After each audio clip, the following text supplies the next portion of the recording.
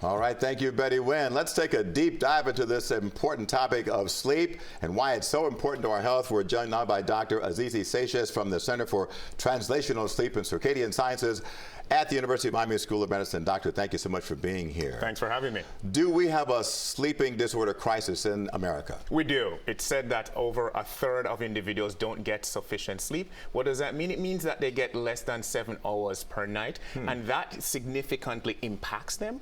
Also, we've found that about 70 million people have a sleep disorder as well, and not many people know this. It says 85 to 90% of people with a sleep disorder don't know they have one. Wow, so how do you know that you have a sleep disorder? What are the symptoms? Well, the classic signs are typically when you go to sleep and you have significant impairment or you can't fall asleep at all. So for example, insomnia.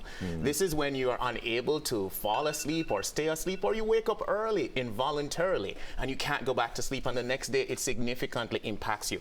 Also, there's another sleep disorder that's quite common called sleep apnea. And typically what happens is that there's a partial ear blockage that prevents you from sleeping, and then you have to gasp for air because your body is starving for oxygen. That, if untreated, can lead to a whole host of different health consequences. All right, so this notion that, you know what, I know I'm busy during the week just getting 4 or 5 hours of sleep, but I'm going to catch up on my sleep on the weekends. Does that work? It doesn't really work. Reason why is because research and science has proven that the sleep lost today may never be recouped, but that doesn't necessarily mean that you shouldn't practice a good sleep hygiene. So what I would highly recommend, get 7 to 9 hours per day, even on weekends. All right, give me some sleep do's and don'ts. And I would assume that some of the don'ts are bright lights.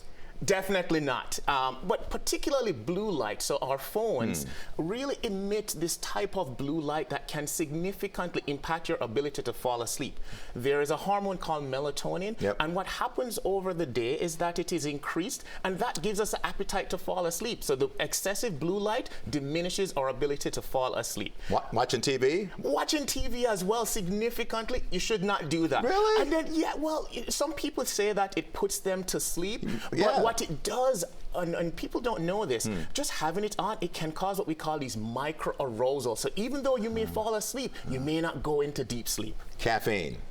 What we say is that you want to have caffeine earlier during the day than later, because what we say is that caffeine, the half-life, takes forever to get out of your body, so you will be energized. You want to make sure that you prepare to go to sleep, so no caffeine. You want to limit the amount of exercise that you actually do as well. So 2 hours before, cut that off, and then don't consume a ton of food as well before, particularly very large carbohydrates as well. And you want to reduce stress as well. So really try and reduce stress, especially close to bedtime. Okay. You know what? I tried this for a while, and it didn't really work with me. These meditation tapes where this soothing voice says, all right, now I want you to get into a deep meditative state and just relax. And I want to be quiet, man, I'm trying to go to sleep. But for some people that works, I guess. It does work. So we know there's some off-the-shelf companies that have these sleep stories, and it has worked. It works for kids, and it has worked for adults as well. One of the things that I would really focus on is that many of these aren't necessarily scientifically backed, but it depends on the soothing nature of that voice. And what we do know is that a certain degree of hertz level oftentimes induces sleep. Those are the ones that you need to focus on. So bottom line is Americans are just too busy, right? We are very busy, and therefore, because of our socially demanding and occupationally demanding lives, and family, exactly, socially, personally, and occupationally, it's hard to unwind.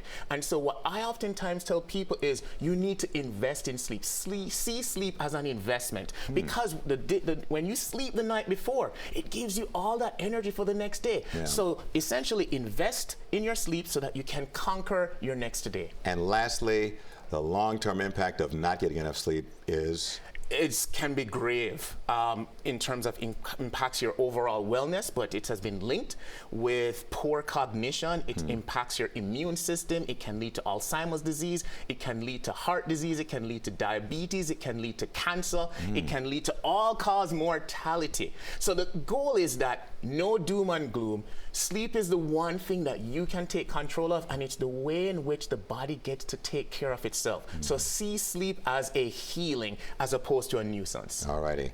I'm going to sleep and get plenty of Z's, and if I snore, that's too bad, okay? Because I guess that's a good sign. If I'm snoring, that's a deep sleep, right? Yeah, you know, not really, actually. It's not. No. So culturally, a lot of people think that snoring can be, and I'm not trying to be alarmist, but it could be an indication of something ominous like sleep apnea, as I'd mentioned previously. So if you are finding that if you are snoring and you're not getting enough sleep, and the next day you wake up with a headache or you are just really not feeling rested, then you may want to seek a sleep specialist to figure out whether or not if it's something that should be concerning for you. Gotcha. And like everything else, you have to have a good sleep routine. So we're going to leave it there. Absolutely. Absolutely. Beautiful. Yep. Thank you, my friend. Doctor, thank you so much. Thank you. Dr. Azizi Seixas, thank you so much. Good advice, and we're going to follow it.